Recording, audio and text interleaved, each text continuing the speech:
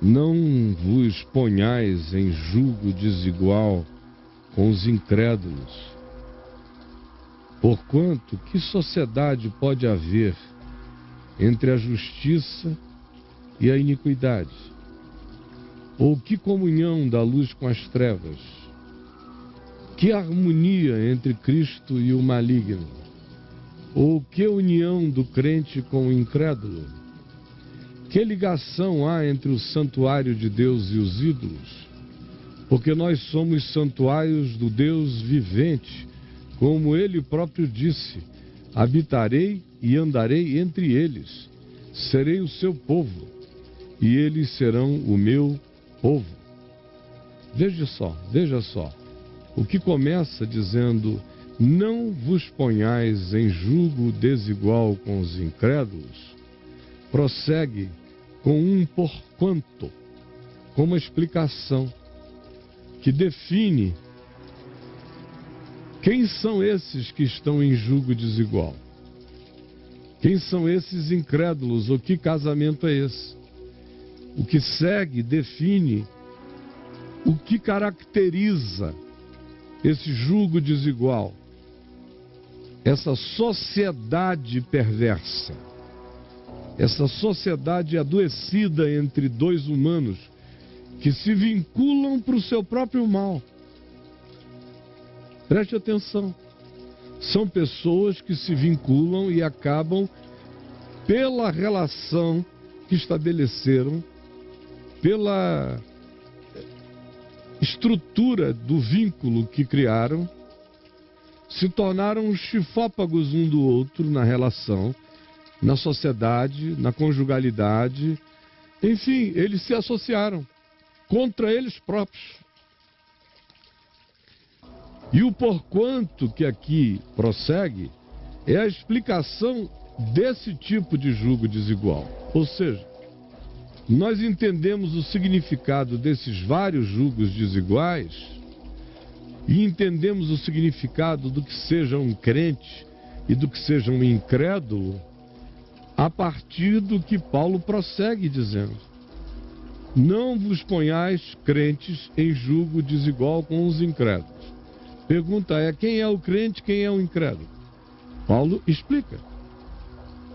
Porquanto, que sociedade? Julgo desigual é uma sociedade. Pode haver entre a justiça e a iniquidade. Então, quem é o crente? É aquele que vive com justiça, com verdade. Quem é o incrédulo? É aquele que cultua a iniquidade, a desigualdade, a perversidade, a opressão. Esse é o incrédulo. Ou que comunhão há entre a luz e as trevas? Quem é o crente? É o cara da luz. E o fruto da luz consiste em toda bondade, em toda justiça e em toda retidão procedente da verdade. É assim que se define o fruto da luz.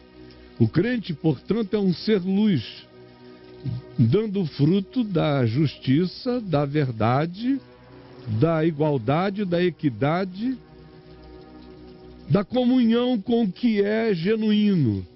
E as trevas são o incrédulo, que está dando o fruto da perversidade, do ódio, da amargura, do desamor, da calúnia, da mentira, da traição, da deslealdade. Esse é o ser treva, esse é o incrédulo. Ou que harmonia há entre Cristo e o maligno? Quem é o crente? O crente é Cristo. Quando você quiser saber quem é um crente, é um cara como Jesus. Se esse sujeito não é como Jesus, ele não é o crente. Ele é só mais um incrédulo disfarçado de cristão. Ou é só mais um cristão incrédulo, vivendo o cristianismo da incredulidade. Porque eu sei quem é o crente quando ele é como Cristo. E sei quem é o incrédulo quando ele age como o maligno, como um maligno. O crente tem que ser um Cristo. E o incrédulo tem que ser identificado como um maligno. Do contrário, o crente que se diz crente, mas não é um Cristo, não é crente, e aquele que se diz que é um incrédulo, mas não é um maligno, não é incrédulo. Ou que união há do crente com o incrédulo? Nenhuma. Agora que eu sei que crente não é ser membro de uma igreja, frequentar um lugar, nem ser batizado, que o crente é designado pela qualidade da existência dele, ele é um ser da justiça e não da iniquidade, da luz e não da treva, da sombra, do engano, que ele é um ente Cristo e não um ser maligno. Agora eu sei quem é um crente, e agora eu sei quem não é um crente, quem é um incrédulo, e agora eu sei que os crentes na maioria das vezes são malignos. E também sei que tem um monte de gente que nunca quererá ser crente para não se identificar com o que é maligno, mas que é mais crente do que a gente pode entender, afirmar ou crer. Que ligação há entre o santuário de Deus e os ídolos? Quem é o crente? O crente é o santuário de Deus. Quem é o incrédulo? É aquele que cultua ídolos no seu coração. Pode ser o ídolo religioso, pode ser o ídolo da prosperidade, pode ser um ídolo afetivo, pode ser um ídolo objetítico, pode ser o ídolo dos bens e dos consumos, pode ser qualquer tipo de ídolo. Quem é o crente? É o santuário de Deus. Quem é o incrédulo? É o congar de ídolos, existencialmente falando. E Paulo diz: nós somos o santuário do Deus vivente. Nós somos. Crente, portanto, não tem nada a ver com quem frequenta uma igreja. Crente é o indivíduo que vive justiça, luz e que é um Cristo no mundo. É um santuário do Deus vivo, atravessando o mundo. Esse é um crente. Quem é um incrédulo? Qualquer um, inclusive o que se diz crente, mas que vive assim, em iniquidade. Vive na sombra, no engano, na dissimulação. Vive fazendo malignidade. Existe como um indivíduo que não crê no amor, não crê na misericórdia, não crê no perdão. Por isso ele é um incrédulo. Ele não é um santuário de Deus. Ele é uma idolatria ambulante. Esse é o incrédulo.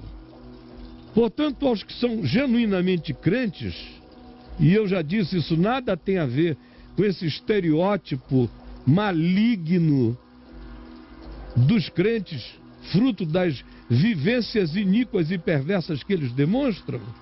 Agora que você sabe o que é o que, se quiser ter me entendido com simplicidade, porque mais simples do que isso é impossível ser, olhe o que Deus diz a você em relação às sociedades perversas que você criou, aos casamentos perversos, aos namoros perversos, aos cachos, aos casos, aos affairs, às fraternidades da morte às quais você se associou, aos vínculos que você chama de comunhão e que nada mais são do que comunhão com a treva, com a mentira, com a malignidade, com a hipocrisia.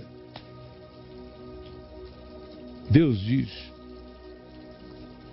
retirai-vos do meio deles, separai-vos desses vínculos, diz o Senhor. Não toqueis essas coisas impuras, nem as coloqueis dentro de vocês, nem no corpo, nem na alma. Façam isto, e eu acolherei vocês. Façam assim, rejeitem o que é mal, e eu serei o vosso Pai. Rejeitem o que é abominável à vida. Rejeitem a injustiça, a iniquidade, a malignidade, as trevas, e eu serei o vosso Pai, e vós sereis para mim filhos e filhas, diz o Senhor Deus. Tendo, pois, ó amados, tendo, pois, tais promessas, tal palavra, tal certeza, purifiquemo-nos, Larguemos, deixemos a impureza, a promiscuidade, a prostituição, a mentira, a lascívia, a mente porca, a intenção perversa no coração. Carregando essa palavra, purifiquemo-nos de toda impureza objetiva e subjetiva, tanto da carne como do espírito, como do pensar, do sentir, do não contar, mas guardar.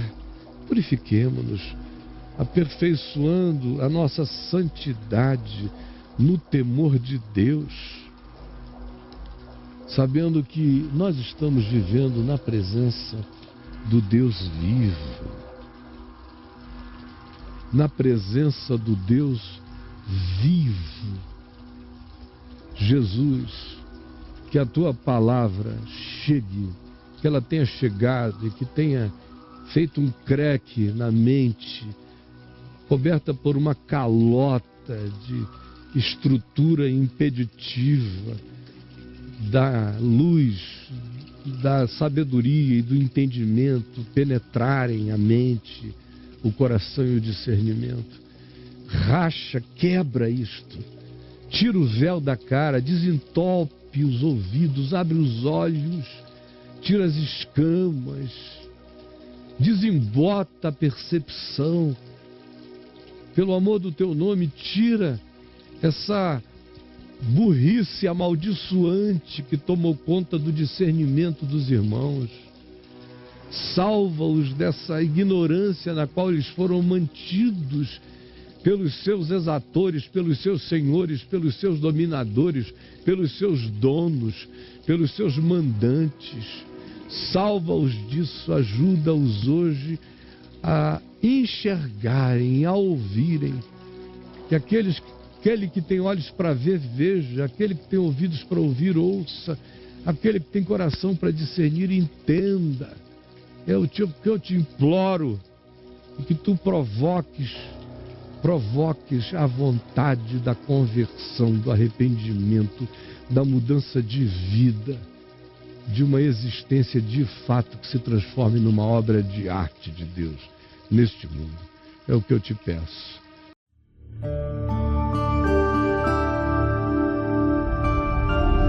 VNV TV, o canal é você.